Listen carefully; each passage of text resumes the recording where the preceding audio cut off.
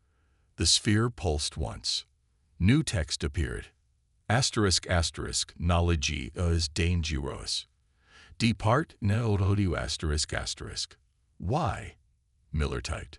The sphere's glow intensified until it was painful to look at. The final message burned itself into both the screen and Miller's mind. Asterisk asterisk. What SLEPs on Earth must NEV or WAK asterisk asterisk.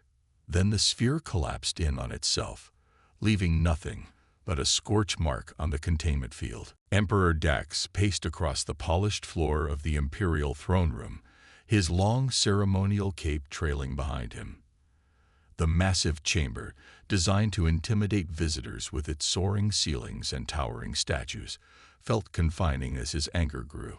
3 weeks, he growled, 3 weeks and no word from Admiral Ross. A diplomatic shuttle, and 2 warships lost. And what does Earth say? Nothing. General Mason stood at attention, his weathered face revealing no emotion. Your Majesty, our intelligence suggests Ross and his crew are alive. Earth has made no demands, issued no threats beyond their initial warning. Their warning? Emperor Dax stopped pacing, his eyes narrowing. Their asterisk warning asterisk.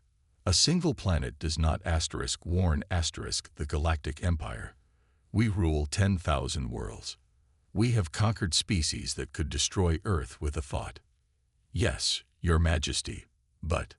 No buts, General. This defiance cannot stand. Earth thinks itself special. Earth believes it can ban asterisk us asterisk. Dax slammed his fist against the strategy table, scattering holographic star charts. Prepare the 7th Fleet. We will show these humans what it means to defy the Empire. 2 days later, Grand Admiral Turner stood on the bridge of the Imperial Dreadnought asterisk Judgment asterisk, watching as 50 warships assembled in formation. The 7th Fleet was the Empire's hammer, used only when complete submission was required. Turner had commanded this fleet for 15 years, crushing rebellions across 3 spiral arms of the galaxy. All ships report ready, Admiral, his first officer announced. Turner nodded. Set course for Earth. Maximum speed. As the fleet prepared to enter light speed, a communication officer called out, Sir. Incoming transmission from neutral space. It's an Earth representative. Turner paused. On screen. The main display activated, showing a human woman seated at a simple desk. She wore no uniform, no insignia of rank, just plain clothing in dark colors. Despite this lack of military presence, her calm demeanor projected absolute authority. I am Jane Bell, Earth's ambassador to neutral space, she said without preamble. I understand you're preparing a military response to our warning. Turner stepped forward. You have detained Imperial citizens and disabled Imperial vessels. Your actions constitute an act of war against the Galactic Empire. Ambassador Bell's expression didn't change. No one has been harmed. Your ships are intact. Your people are safe. Then return them immediately. We will, once you respect our ban. She leaned forward slightly. Admiral Turner, I'm speaking to you now not as an enemy, but as someone trying to prevent unnecessary loss of life. Turn your fleet around. Turner felt a flash of anger. Or what, Ambassador? Or you will learn why Earth must remain isolated. She paused. This is not a threat. It's a fact. The transmission ended. Turner ordered, continue course to Earth. Maximum speed. The journey took 4 days. As they approached the outer edge of Earth's solar system, Turner ordered the fleet to drop out of light speed and form attack formation. 50 of the most powerful warships in the galaxy spread out, weapons systems charging, fighter squadrons launching. Any sign of Earth's defenses? Turner asked. None, sir, replied the tactical officer. Wait, single ship detected, approaching from the direction of Earth. Turner frowned. One ship, show me. The display zoomed in on a vessel unlike any in the Imperial database. It was small, perhaps the size of a scout ship, with a design that seemed to flow rather than be constructed. It emitted no energy readings their sensors could detect, yet moved with impossible speed and grace. "Sir, it's broadcasting a message." "Let's hear it." A calm voice filled the bridge. "Imperial Fleet, this is Earth Defense. You have entered restricted space. This is your only warning. Reverse course immediately." Turner laughed. "One ship against 50. Open fire." The orders spread through the fleet. Hundreds of energy weapons discharged simultaneously, creating a storm of destructive force that should have vaporized the lone Earth vessel. The small ship didn't evade. It didn't raise shields. Instead, it simply absorbed every shot. The energy weapon's fire seemed to bend toward it, as if drawn by an irresistible force. Then, silence. The Earth ship pulsed once with brilliant blue light. A wave of energy expanded outward in a perfect sphere, washing over the Imperial fleet. Half the ships simply went dark, their systems completely offline. The others, including the Judgment Asterisk, found their weapons systems non-functional, engines reduced to minimal power. "Report," Turner shouted as emergency lights flashed across the bridge. "Sir," his first officer replied, voice shaking, 25 ships disabled completely. The rest, including us, have lost all offensive capabilities." On the display, the small Earth ship turned and began moving away. "They're leaving," someone whispered. Turner stared at the crippled fleet around him, 50 ships of war rendered helpless by a single vessel. "No," he said quietly, "they're giving us time to retreat." The Imperial archives stretched deep beneath the capital planet's surface, a labyrinth of knowledge collected over thousands of years.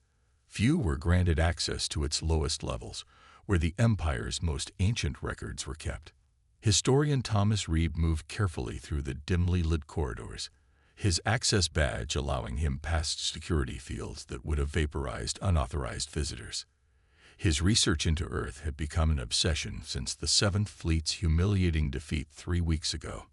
"Section 12X, he muttered, finding the dusty storage area mentioned in a footnote of a long-forgotten report. Pre-Imperial records. The room hadn't been accessed in centuries. Display units activated automatically as he entered, their screens flickering with age. Reed approached the central terminal and entered his search query. Earth/humans/historical references. The system hummed, searching through data so old it predated the Empire itself. Reed waited, hope fading as minutes passed without results. Then a single file appeared. Warning. Restricted by order of the First Emperor. Reed's heart raced. The First Emperor had ruled 10,000 years ago, during the formation of the Galactic Empire. With trembling fingers, he entered his highest clearance codes. The screen filled with text in an ancient dialect. Reed began translating, his excitement growing with each paragraph. "No," he whispered. "This can't be right." The door hissed open behind him. Reed turned to find Professor Miller entering, accompanied by a human man in simple clothing. "Historian Reed," Miller said, "this is Captain Walker. He's from Earth." Reed stared at the human. "A prisoner." "A defector," Walker corrected, "though they'll call me a traitor if they find me." Miller gestured to the ancient text on the screen. "You found it too, then." The warning. Reed nodded slowly. "It says humans aren't native to this galaxy, that they arrived 10,000 years ago, fleeing from something." Walker approached, studying the ancient text.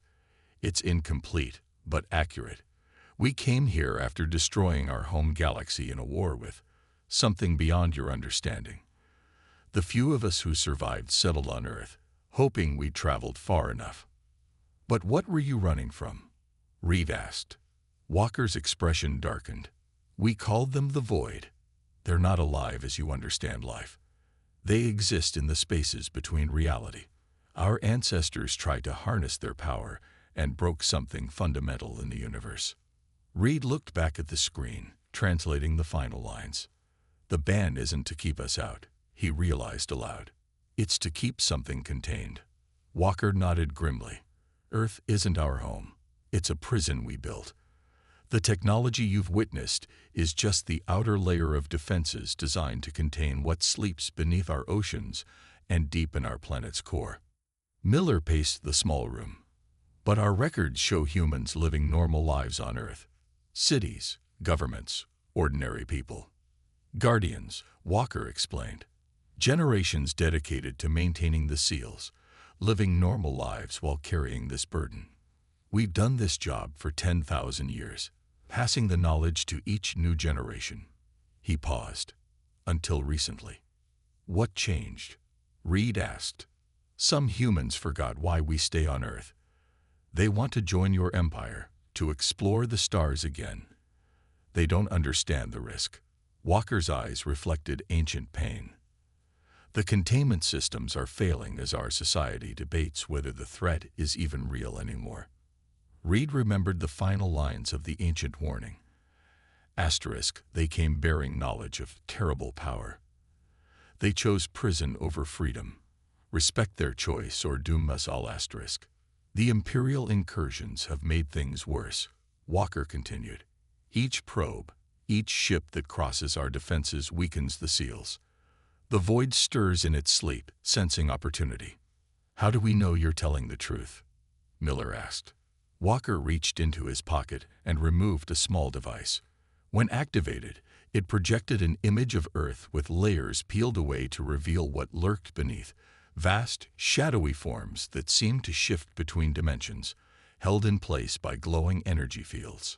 Because that, he said quietly, is what will escape if you continue to challenge Earth's ban. Reed stared at the nightmare shapes, understanding finally dawning. We haven't been trying to conquer a planet, he whispered. We've been rattling the cage of something that could devour the galaxy. Emperor Dax had never left the Imperial throne world before. Now he stood in a plain meeting room in neutral space, stripped of his royal guards and ceremonial attire. The station orbited a dead star, chosen for its isolation from both Earth and Imperial territories. Across the table sat 3 humans, Ambassador Bell, a stern-faced man introduced as General Thompson, and a young woman named Dr. West, who had said nothing since their arrival. This is unprecedented, Dax began, his voice lacking its usual commanding tone. An emperor meeting representatives of a single planet. These are unprecedented times, Ambassador Bell replied calmly. Thank you for coming personally. The doors sealed. No recording devices operated in this room. What would be discussed here would never appear in official records. I've received disturbing reports, Dax said. Information about what Earth truly is. General Thompson nodded. Captain Walker reached you then. Good. Is it true? Dax asked directly. Is Earth a prison for these void entities? Ambassador Bell exchanged glances with her colleagues before answering. Earth was once a beautiful world. When our ancestors arrived, fleeing the destruction of our home galaxy, they found it perfect for colonization. But they were pursued. Dr. West spoke for the first time, her voice soft but firm. The void cannot be killed. It exists partially outside normal spacetime. Our ancestors built a trap using technology your scientists would consider impossible. They sacrificed their future among the stars to become jailers. Dax absorbed this information slowly. Why not simply tell us this when we discovered Earth? Why the cryptic warnings? Would you have believed us? General Thompson asked. Would you have accepted that a primitive planet with barely a century of spaceflight possessed the truth about cosmic horrors? Or would you have dismissed it as a primitive superstition designed to protect a valuable world? Dax had no answer. He would have done exactly as his commanders had, ignored the warning, and proceeded with standard conquest protocols. The containment is failing, Dr. West continued, spreading holographic images across the table. Your probes, your ships, your attempts to scan our world. Each intrusion creates tiny fractures in the seals. Like water dripping on a stone, eventually it breaks through. The images showed readings from deep beneath Earth's surface, energy patterns that pulsed with growing strength, containment fields that flickered when they should remain solid. "How bad is it?" Dax asked. "Critical," General Thompson stated flatly. "We estimate complete containment failure within 6 months if nothing is done." Ambassador Bell leaned forward. "Emperor Dax, we need the Empire's help. Our ancestors built the prison using technology that's been partly lost to time. We maintain it, but repairing it requires resources we don't have." "What exactly are you asking for?" "A partnership," she replied. "Earth has kept these entities contained for 10,000 years, protecting your empire before it even existed. Now we need Imperial scientists, engineers, and resources to strengthen the seals before it's too late." Dax considered the implications. If these void creatures escape, they'll consume this galaxy just as they did our original home, Dr. West finished. Nothing would survive. The Emperor stood and paced the small room. Everything in his training told him this could be an elaborate deception. Yet the evidence was compelling. Earth's impossible technology, the ancient warnings, and most convincing of all, the fact that humans had never tried to expand beyond their solar system, despite possessing abilities that could have conquered worlds. "If I agree to this alliance," he said carefully, "there would be conditions. Imperial observers would need access to verify these claims." "Agreed," Ambassador Bell replied without hesitation.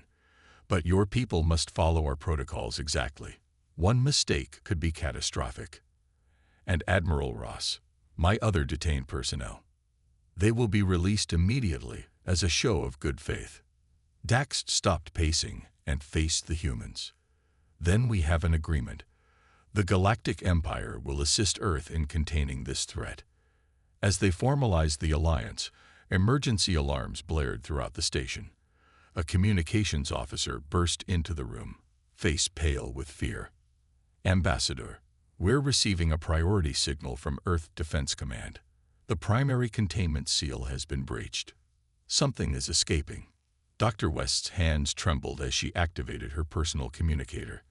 The holographic display showed a massive energy surge beneath Earth's Pacific Ocean. "It's happening," she whispered. "They're waking up." The sky above Earth burned with unnatural light.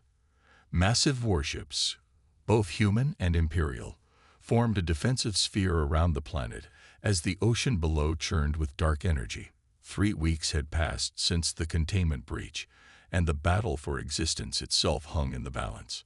On the bridge of Earth's flagship Guardian Admiral Ross stood alongside General Thompson. Once a prisoner, now a crucial ally, Ross watched tactical displays showing the impossible battle unfolding beneath them. "The southern containment grid is holding," reported a young Earth officer. "Imperial reinforcements have stabilized the Australian perimeter."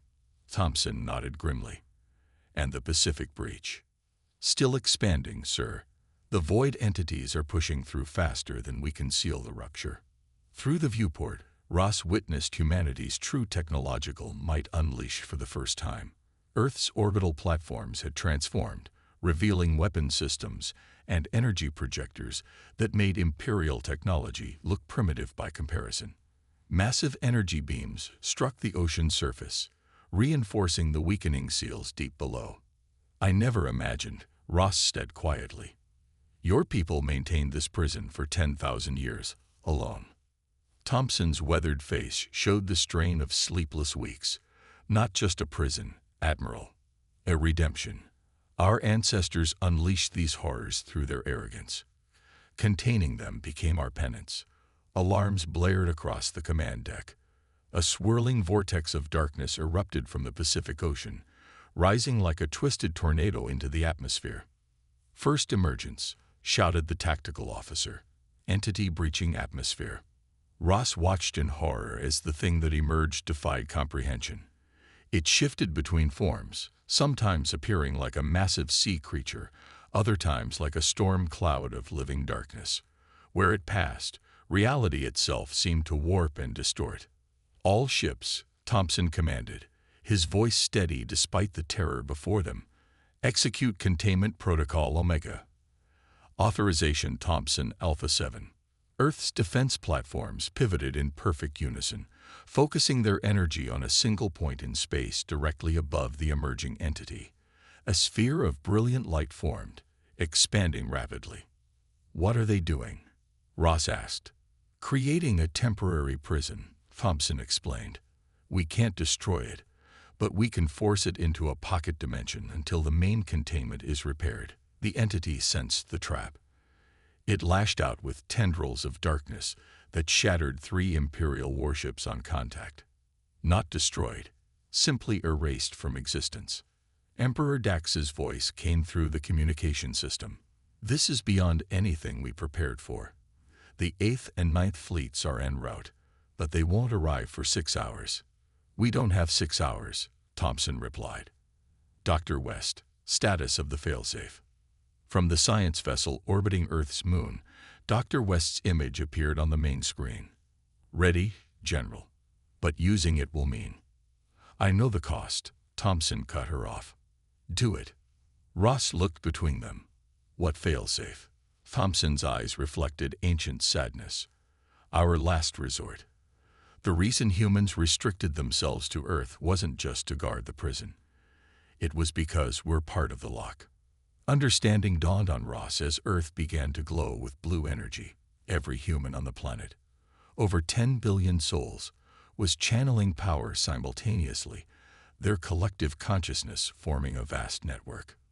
"Your people," Ross whispered. "They're sacrificing themselves." "Not dying," Thompson corrected. "Transforming, becoming one with the containment system.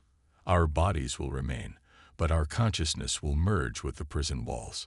The entity shrieked as the pocket dimension closed around it, dragging it back toward Earth. Below, the oceans calmed as the blue glow intensified. 1 month later, Emperor Dax signed a Galactic Protection Treaty. Earth was officially designated a restricted world, protected by the full might of the Empire. A permanent defensive perimeter was established at the edge of the solar system, turning away all unauthorized vessels. In the imperial capital, a new monument was erected, a simple stone sphere representing Earth, with an inscription that told the truth at last. Asterisk, "They were never our enemy. They were our shield." Asterisk. On Earth, 10 billion humans continued their daily lives, appearing unchanged to outside observers. But each now shared a collective consciousness, their minds linked eternally to maintain the Great Prison. And deep beneath the Pacific Ocean, the void entities slumbered once more, unaware that their jailers were no longer entirely human, nor entirely separate from their prisoners. For in containing the darkness, humanity had absorbed part of it into themselves. The ultimate sacrifice, the final solution. Earth had banned the galaxy not out of fear or pride,